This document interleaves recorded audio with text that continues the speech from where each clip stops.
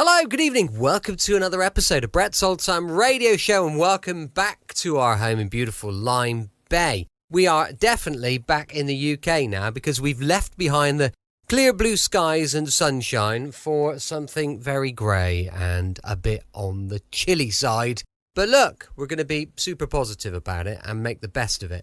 Thank you for joining me once again. Thank you for joining me. I've got Lola, who is curled up under my desk at the moment. So it's thank you for joining myself and Lola once again for our regular late night visit to those dusty studio archives of old time radio shows right here at my home on the south coast of the United Kingdom.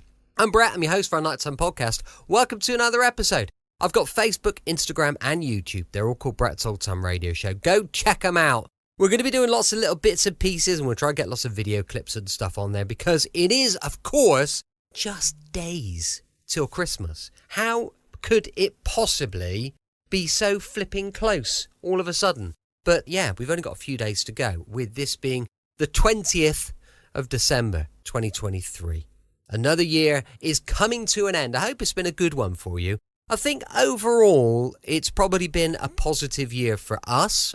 We've got Lola the puppy, and we've had lots of little bits and pieces that have sorted themselves out. So it's all good. But with it being a Wednesday, of course, it's time for another episode of Rocky Jordan. I've tried to find something that I thought might be, I'm trying to find seasonal stuff at the moment. I'm trying to find some episodes that are going to fit with the time of year. Rocky Jordan, I can't find anything over Christmas, but this was an episode just after Christmas. It was first broadcast on the 5th of January, 1950, and it's called The Man from Damascus.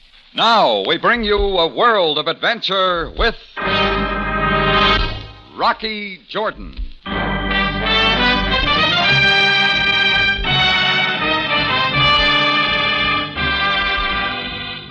On a narrow street, not far off Cairo's native quarter, stands the Cafe Tambourine, run by Rocky Jordan. The Cafe Tambourine, crowded with forgotten men, alive with the babble of many languages. For this is Cairo, where modern adventure and intrigue unfold against a backdrop of antiquity. Tonight's Rocky Jordan story, The Man from Damascus.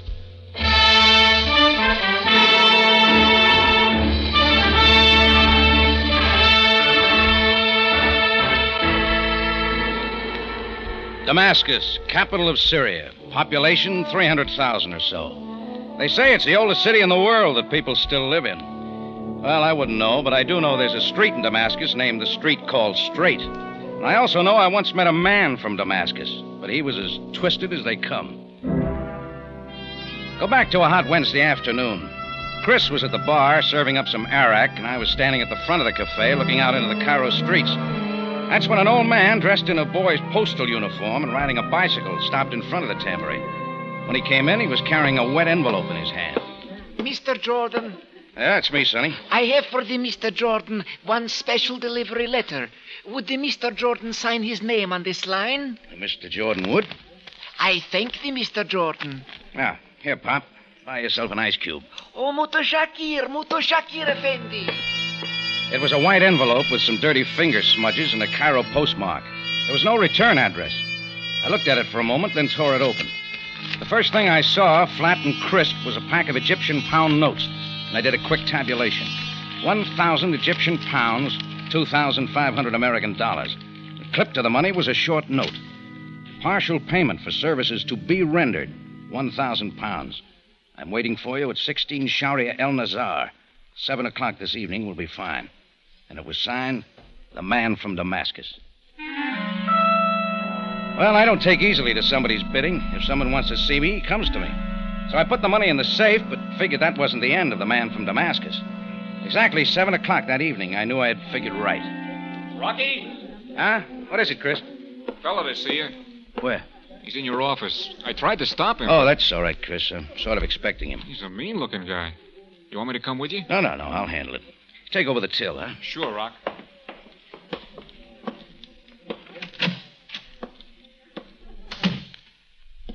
Hello, Jordan. Make yourself at home. Yeah, that's what I'm doing. for the good booze. It's too rich for your taste, buddy. Put it down. All right. You know, funny, figured you different. Everybody in town says you are a right guy. Maybe you've been talking to the wrong people. What do you want? You. You have been talking to the wrong people. I'm not for sale.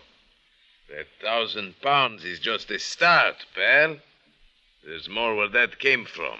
Yeah, there always is. Now, come on, big shot, button up your shirt. 7 o'clock, you got appointment. I can't make it. That's a mistake. Your money's in the safe. You can have it back. But that is not my instructions. Oh, so you're just a leg man. Something like that. You and me are working for the same man. All right, buddy, you're through talking. There's the door. Get away from that door, Jordan, or I'll pin you to the wall. 7-inch blade, Jordan. Damascus steel. Got it? Yeah, I got it. All right, put the knife away. You'll cut your hand. I'll come with you if your boss wants to see me that badly. I wasn't going to argue with a 7-inch double-edged blade, especially the way that monkey was waving it in the air. Well, we left the tambourine, climbed into his car, and drove through the Cairo streets, out one of the city gates, and ended up in front of a place called the House of Sand. It should have been called the Pile of Scrap, because that's what it looked like. But the knife man said it was a hotel. 2 minutes later, my pal knocked on the door of room 12. Who is there? Jordan. He's come for the rest of the dough. You're taking a lot for granted, Buster. Quiet. All right. You may let him come in. Go on in, Jordan. Meet your new boss. I walked inside. My pal with a knife shut the door behind me and stayed outside. Then I saw him, a man from Damascus. He was tall and big, but I couldn't tell what he looked like. His whole face was wrapped in bandages. He reminded me of those pictures I once saw of the Invisible Man. Hello, Mr. Jordan. Nice of you to come. Sit down. Oh, I'll take it standing. Well, it is good to meet again. Is it not, Mr. Jordan? Again? You do not remember? But you should. Damascus, 1939. Well, maybe it is my new appearance. I had a face then. What have you got now? Let us talk about Damascus. All right. You wish a drink? No, thanks. I just gave it up. Mr. Jordan, you wronged me in Damascus. I did? Yes, you wronged me most severely. So severely that I've never forgotten. And I said to myself that someday I would come for you. Well, I am here. Well, welcome to Cairo. Jordan, I am not just talking for pleasure. Hey, you sure you got the right guy? And do not try to tell me you do not remember. You're the right man and you know it. Well, you are fortunate, Mr. Jordan. How does that figure? I'm going to give you a chance to erase our difference and make a little money besides. You see, there is someone in Cairo that I want even more than you. So how do I figure? You are going to bring him to me. His name is Alec Zarko. Zarko? Huh? It's a pretty big order. I know, but I think you can do it. The police have had a dragnet out for 2 weeks trying to track him down. And I want to get him before they do. I think you can bring him to me. You know Cairo better than any man I know of. You know where a man like Zarko would hide and how to get to him. Sorry, friend, you got the wrong guy. Jordan, listen to me. I would find him myself if I could. I just do not know Cairo. And I cannot go wandering around like this. I'm giving you a chance to square a dirty deal and make a little money on the side. I will double that £1,000 and call off our little difference. What do you got against Zarko? He took something from me. What? My face. Oh. I want to find him, Jordan. I must. You do not know what it is to feel that you can never walk the streets again without a covering on the thing you once called a face. Well, what about it, Mr. Jordan? No deal. You got a private beef with Zarko. Keep it that way. Yeah, here's your £1,000 back. Buy yourself another boy. I walked out of the House of Sand. The knife man was gone. I found a taxi and headed back for the tambourine. Alec Zarko. Yeah, an all-around no-good guy. The Egyptian police wanted him on an attempted assassination and espionage work with an assorted killing or two thrown in. The police had all the roads covered, the trains and the flights out of the city. They figured they had him bottled up pretty well, and it was just a matter of time before they bundled him. Well, back at the tambourine, I drew myself a beer, found a back table, and did some thinking about the man in the bandages in the city of Damascus. What's up, Rock? Huh? Oh, nothing, Chris, just thinking. Say, do you ever hear me talk about Damascus? Damascus? Yeah. I spent 9 months there working for an oil company. No, I don't remember you saying anything about it. Why? Oh, nothing. Just trying to bring back a little memory. Drop it, doesn't matter. Sure, Rock.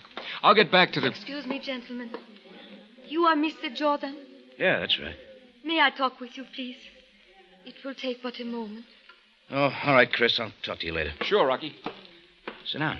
Thank you, Mr. Jordan. I did not wish to trouble you, but I found that I had no other course. My name is Sandra Marr, and I am from Damascus in Syria. You're traveling, and Cairo's on the grand tour. This is not a trip for pleasure. I am looking for someone. If his name is Alex Zarco, you got lots of company. No, his name is not Alex Zarco. It is Paul Marr. And he is my husband. Paul Marr. I don't know anyone by that name. You may not know him by his name, Mr. Jordan. But I am positive that you have met him. How do you figure that? Paul said he had some business in Cairo. He left Damascus 4 days ago with a man whose name I do not know. But he was the same man who left the tambourine with you earlier tonight. It is my belief that he took you to see Paul. Oh, I get it. I tried, but I was not able to follow you through the streets of Cairo. So I have waited outside your cafe until you returned. I must see Paul. Would you take me to him? Nope. Oh. Would you tell me then where he is? Mr. Jordan, Paul's business, as he calls it, is trouble. Some terrible sort of trouble, I know. Well, you're right there. He's a fine man, Mr. Jordan. A wonderful man. But things have not gone well since his face. He is in trouble, and I've got to help him. Look, he's got a revenge on, lady, with a guy named Zarco and me. There's nothing fine about that. Revenge? Paul? Oh, no, it must be something else. He's not that kind of a man. You don't know him very well. Well, it is true. We have not been married for long. Uh-huh. Look, why don't you just go back to Damascus and forget it, huh? You're in for trouble here. Something's going to happen. Where is Paul, Mr. Jordan? A place called the House of Sand. Out of the city, through the gate of the Bar El Nazar. The taxi will take you there. Thank you, Mr. Jordan. I shall not forget the help you have given me.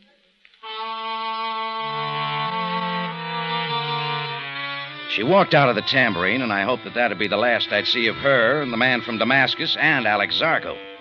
How vain can your hopes be sometimes? Well, we rolled the last on-the-cuff customer out of the tambourine about 1:15 in the morning. Chris threw the lock on the front door, and I doused the lights. I'll just scoot out the back way, Rock. All right, Chris. Night. See you tomorrow. Rocky, look out! Behind the garbage cans. Vengeance, Jordan! Vengeance! Do you hear me, Jordan? Rocky, Quiet, Chris. Well, if you do and you are not dead, then I will come for you again!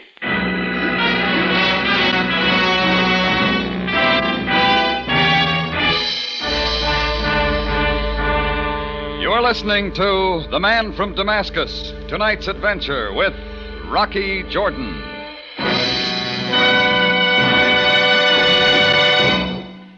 Tonight at 8:30, you'll hear The Miracle of America, a full hour of star-studded entertainment. Hear Jack Benny, Frank Sinatra, Dinah Shore, Bing, Bob, and Gary Crosby, Joe Stafford, the Ronald Colemans, and many, many more top names in radio and motion pictures tonight on the special one-hour broadcast that starts at 8:30. The Miracle of America.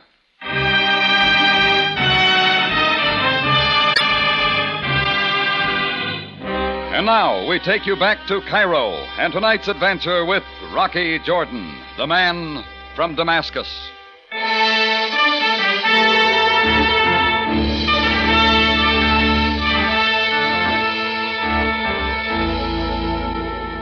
Well, after the man from Damascus threw those slugs at me, I took out after him, chasing him through the darkened streets. But it's easy to lose someone in the winding Cairo streets, and that's just what I did. I got back to the Cafe Tambourine about 45 minutes later, and Chris wasn't there alone. Captain Sam Sabaya, Cairo Police, was there, too, waiting for me. Well, Jordan, so you've returned. Oh, hi, Sam. What brings you here this time of night? I phoned him, Rock. I told him. I thought you... All right, Chris. See you tomorrow. Sure. Good night, Captain. Good night, good night. Well, Jordan, I am waiting. Huh? Waiting for what, Sam? For you to tell me what this is all about. Well, you have nothing to say. Jordan, the man who shot at you from the alley called out vengeance. This much Chris told me. Therefore, I can assume that this man is after you for some hurt he believes you have inflicted upon him. Yeah, it's pretty close. What is this that you have done to him, Jordan? Beats me, Sam. Jordan, how can you expect me to believe... I tell you, I don't know. Then I shall let that pass. Jordan, who is this man who shot at you? I'm afraid that's my business. I'll just handle it my own way. Jordan, now, stop worrying about it. You got your hands full with Alex Zarco. Fear not. We will capture Alex Zarco. Tell me, has Zarco something to do with this shooting? If you mean, did he throw those slugs at me? No. I meant exactly what I said. Does Zarco have anything to do with the shooting? Maybe.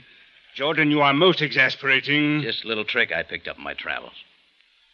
Very well, I cannot force you to speak. However, I wish to warn you that if someone else is injured, some innocent party drawn into this private conflict of yours, I shall hold you responsible. Thanks, Sam. That's swell of you. No one will get hurt, except maybe that friend of mine. For your sake, I hope you are right. I would not wish to use my office, Jordan, to have you expelled from Cairo.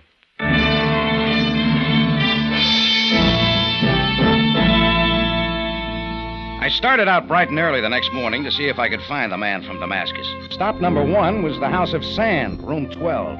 I pounded on the door. No answer.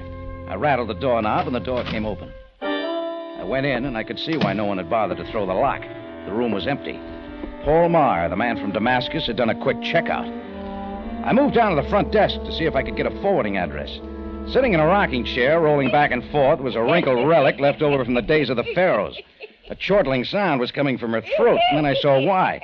She was reading a U.S. comic book called The Phantom Menace. Hey, lady, you got a customer. Young man, you are observing an old lady being devoured by pleasure. Well, I'm certainly glad you're having fun, but could you give me a minute?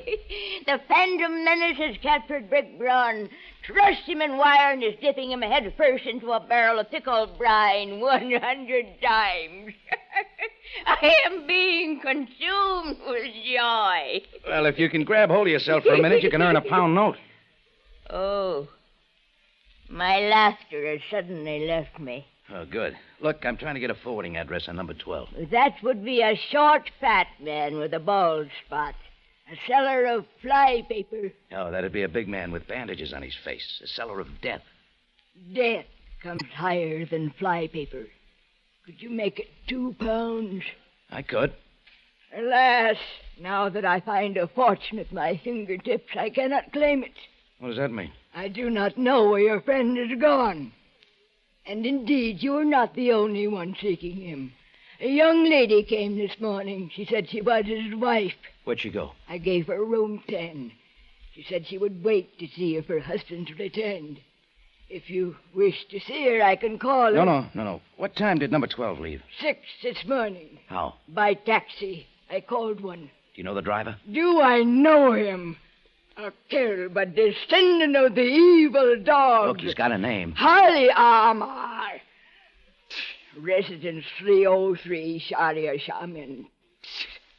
Worth £2 just to mention his name. Here, keep it. And thanks. Go back to your reading. I shall once again bathe in ecstasy. And she did. I left her sitting there wetting the pages and looked up Holly Amar. It cost me £2 more to open him up. Then all he could say was that he left Mar off at an all-night dive called the Harem. So that was my next stop. A couple of 100 pounds of fat was pushing a wet rag over the counter in slow motion. A red-headed Englishman, deep in his cups, was throwing darts at a picture of a dame short of clothes. But what I was looking at was a guy at the end of the bar tilling a bottle of beer. It was the knife man who had first taken me to see Paul Marr. I moved his way. He saw me and lit out for the back door. I took out after him fast. He took me through the backyard, over a fence, across an empty lot. I put a stop to the marathon with a flying tackle. We rolled into a mud hole. He reached for his knife, but I need him, and the fight started to go out of him. All right. Where is he? Who? Come on, you know who. That Damascus friend of yours, Paul Marr. How do you know his name? It doesn't matter. What I want now is his address. Do not worry, Jordan. He will come to you. Yeah, well, I can't wait. Now give. My throat. Your knee. The address? I cannot tell. We'll try a face full of mud, then. Come on. All right. I tell. 1042 Shariafakar. A small hotel by the name of Little Nile. Okay. I'm going to put you on ice at the tambourine. Chris will take care of you till I have a chance to talk to your boss alone.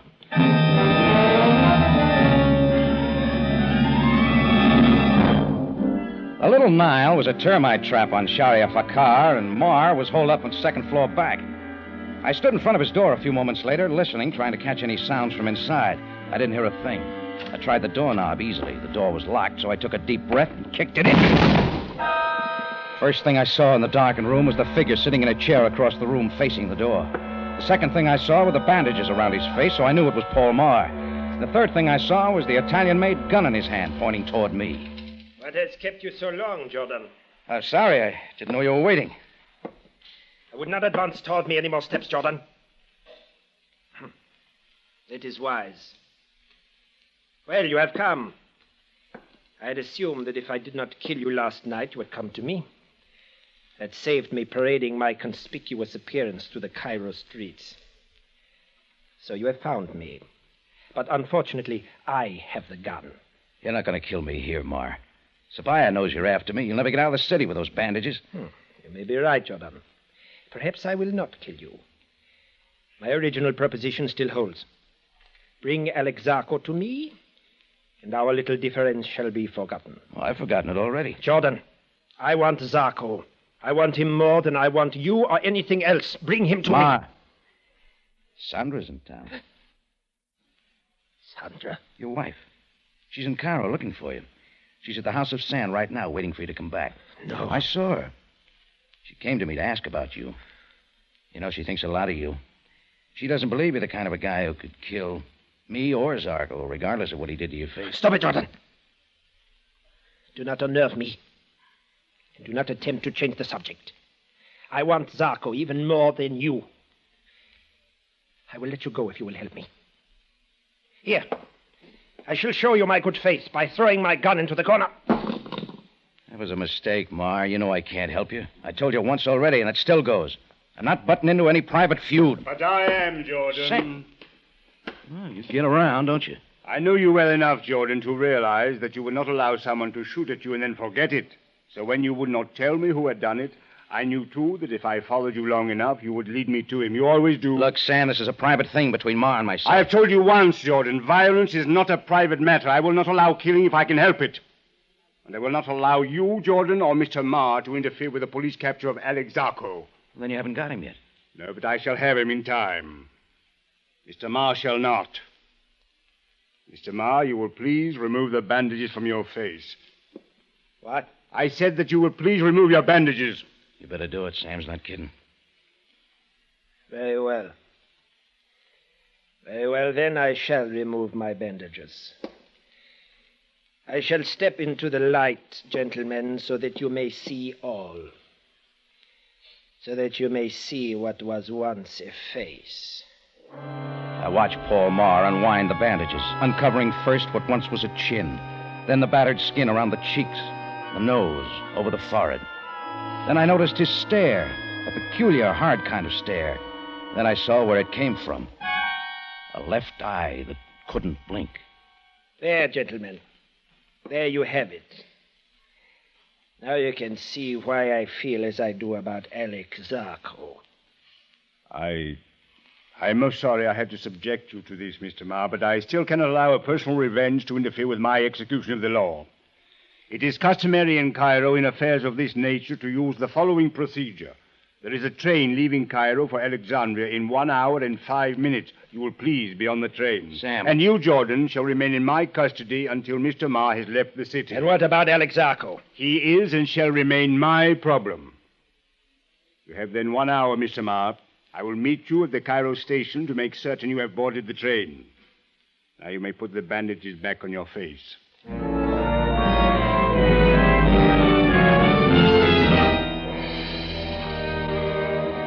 Well, Sam and I left Paul Marr at the hotel and headed for police headquarters. We didn't talk much about Paul. There wasn't anything to say. I was still trying to figure out in my mind what I could possibly have done to him in Damascus, but nothing came. Seeing him, or what was left of him, stirred no memory. At headquarters, Sam had a few things to do, and so did I. I put in a call to the House of Sand and asked for Sandra Marr. Yes, this is Sandra Marr. Mrs. Marr, this is Rocky Jordan. Who? Oh, how did you know I was here? Oh, never mind that. There's something I want to tell you. About Paul? Yes, sort of. Throw your clothes in a suitcase and go back to Damascus. Oh, I thought you had some good news for me. I thought you understood. I will go no place without Paul. Well, you're not going to find him in Cairo. The police are moving him out. The police? But what have the police to do with Paul? Well, Paul will tell you that if he wants to. Now, go on. You've got a better chance of seeing him again in Damascus. But, Mr. Jordan... And see if you can keep him out of trouble, huh? Good luck. Well, that was that. All that remained was to see Paul Marr climbing the train for Alexandria and hope he could straighten himself out. Hope, too, that he and his wife Sandra would get together. Well, a little while later, I drove to the train station with Sam still in police custody. There weren't many people there on the holiday afternoon, but standing near the end of the platform was the man we were looking for, Paul Marr. Sam and I walked up to him, and he glared at us through the slits in his wrapping. Well, Mr. Marr, you will be leaving Cairo in a few moments. If after a year has passed, you wish to return to our city, write me a letter explaining your reasons, and I shall see what can be done to make Cairo available to you once more. Marr nodded and climbed on the train. It headed out of the city. Sam and I turned and started back to his car. That's when it hit me. I took off in double time. Sergeant, where are you going? For a train ride. I think you better come along. I chased down the platform and caught the train. Out of the corner of my eye, I could see Sam climb onto the train farther down the line. And I started through the cars, going from one to another, looking for the man in bandages. I traveled through 4 cars before I finally spotted him. When he saw me, I guess he figured what I had in my mind because he took off fast going the other way. But I kept right after him. The train had picked up speed, lurching us from side to side. Going around a bend, the momentum pinned him momentarily against a seat, and I was on him. His fist started working, and so did mine. We had ourselves a fine little fight there, rolling around the floor of the moving train. Sam Savaya caught up with us and pulled a gun. Stop it! Jordan, you will please explain the meaning of this. Sure. Glad to, Sam. Have him take off his bandages. Take off it, but I do not understand. Have him take off the bandages, and I think you will. Very well. You will please remove the bandages, Mr. Marr. Take them off, buddy. I'll take them off for you. Yeah, that's the stuff. Now, just a little more. Let Sam see who you really are. Well, there you are, Sam. Not Paul Marr at all, but the guy you've been looking for weeks. The guy who's been trying to escape your dragnet and get out of the city. Sam, meet Alex Sarko. Well, the whole thing came apart at the seams. It was all an elaborate plan of Zarko's. The police had him trapped in the city, and he needed a way out. So he got his knife man to dig up Paul Marr in Damascus and bring him to town. Then he had Marr, all wrapped up in bandages, create a fuss, like his revenge against me, which was strictly a phony. Nothing too serious, just enough to get himself run out of Cairo. Then Zarko takes his place, wraps himself in the bandages, and starts to leave, almost with a police escort. Would have worked fine, except for one thing. Marr's disfigured face and his left eye that couldn't blink. Zarko couldn't control his. Standing on the platform of the train station, he blinked his eye once. And that was once too often. Well, all that remained was Paul Marr, his face, and Sandra. And later, in Sabaya's office, we got to talking about that. Jordan, where do you suppose Paul Marr is now? The House of Sand. I told him Sandra was there waiting for him. You realize, of course, that I must send some men to apprehend him. Yeah. Why do you suppose he allowed himself to aid Alex Zarko? Put yourself in his place. A face like his and a lot of desperation. He was working a business deal, getting money any way he could, figuring he'd use the dough on a plastic surgery job that'd make him look like a human being again. Yes, quite so. You understand Marr will have a jail sentence to serve for aiding a criminal.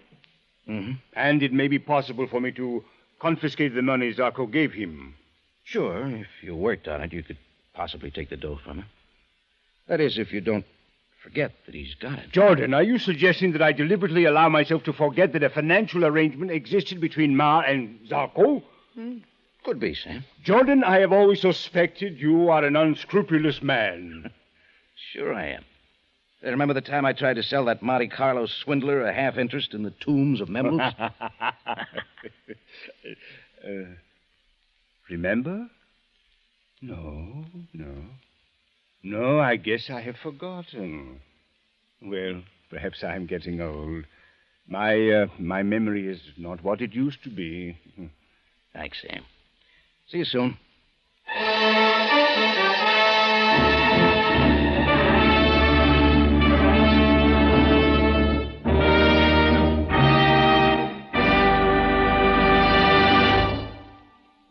It's CBS again at the same time next week for another story of adventure and intrigue when we take you back to Cairo and the Cafe Tambourine, run by Rocky Jordan.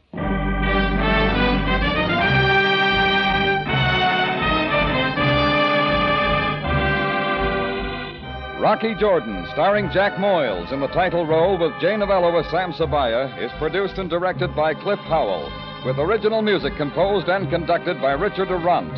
Tonight's story by Adrian Jandot and Larry Roman. Larry Thor speaking. This is CBS, the Columbia Broadcasting System.